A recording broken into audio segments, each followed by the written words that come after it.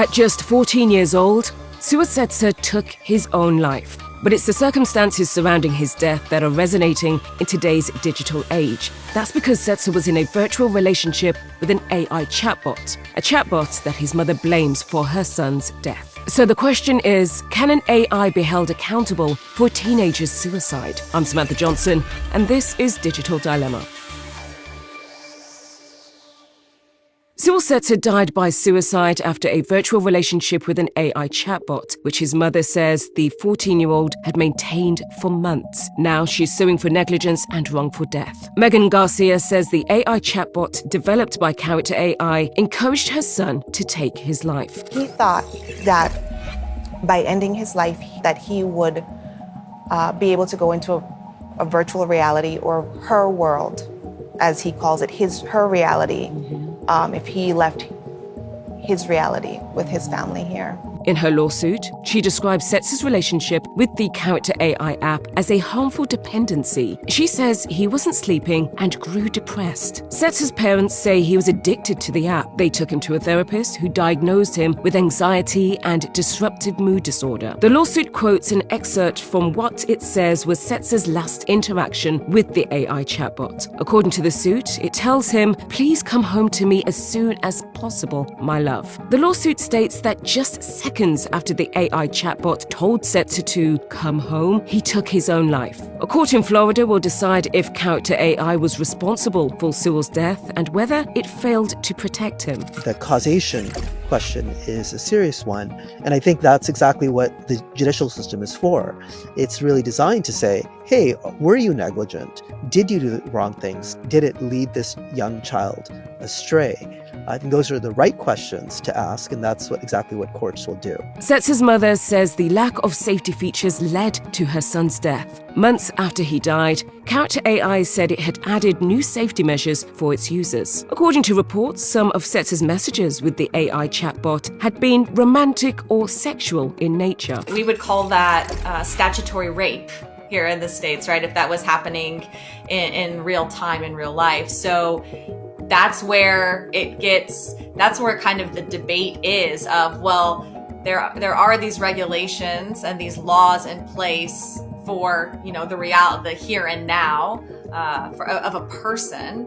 And now we have adolescents who are able to engage in this type of technology. There are no guardrails. There is no guardrail around this. Imagine if instead of a chatbot, Character AI had human operators that corresponded with people. And if those human operators kind of intentionally led people to self-harm, I think we'd want those human operators and their bosses in particular to be responsible. We'd want that company to be responsible. So I think that's exactly what the law actually would do. Safety guardrails become more imperative as more children use this technology. There is this cadence of the technology is moving quite quickly.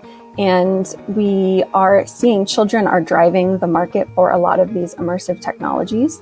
But at the same time, they're also being designed for both children and adults alike. And so we need to be asking those questions of what does it mean when children are interacting in these immersive technologies in spaces that might not be designed with them in mind. But are children mentally equipped to make responsible choices when using these kinds of AI apps? Our brains aren't fully developed till about the age of 25. Adolescents are not young adults.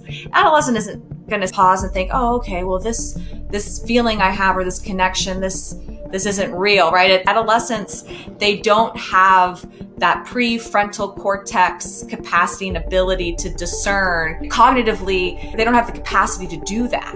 A Character AI spokesperson told Al Jazeera that its policies do not allow non-consensual sexual content, graphic or specific descriptions of sexual acts, or promotion or depiction of self-harm or suicide, and that following Setzer's death, Character AI is creating a different experience for users under 18, including a more stringent model to reduce the likelihood of encountering sensitive or suggestive content. In a blog posted on their website on October the 22nd, Character AI says they've put in place a pop-up resource that is triggered when a user inputs phrases related to self-harm or suicide. But is that enough? Well, I would take that even further. Instead of sending an alert of here's a suicide hotline number, no, we're pinging, because we have your location, the local police station, and we're having them come and do a well check, because we need to make sure that you don't have means and a plan to hurt or harm yourself. One of the things that we advocate for at ITIF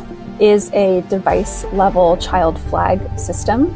And so that would be where we assume that users are adults unless they've been specifically identified as children. Hopefully Congress would mandate that industry would have to have that device level flag in place. Many vulnerable teenagers like Sewell Setzer turn to AI companions to cope with loneliness. While this case is expected to set a legal precedent for AI accountability, it also highlights the ongoing mental health risks for young people.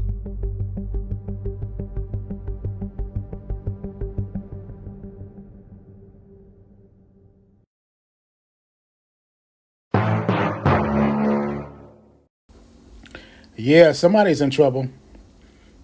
They're going to call it a digital dilemma. Nah, it's a little more than that. Now they want to put all these precautions in. It's too damn late. The boy killed himself. He's only 14 years old. Can't distinguish between real and technology. Why? Because AI is the new sorcery. AI is the new sorcery, basically. AI is the new sorcery. It's been that way. This technology been here. It's sorcery all around the board. Read the precepts, man, because this is way out of order, man. See, and this reminds me of the idol in the story of Joshua and in Genesis dealing with Laban's idol. That was the only idol in history that can talk. And that's why I'm using this as an example. So yeah, man, bad parenting. And this is why Yeshua got to repent and seek ye out of the book and read. And shut that thing off, man, and read the Bible, man, and pray. Shalom.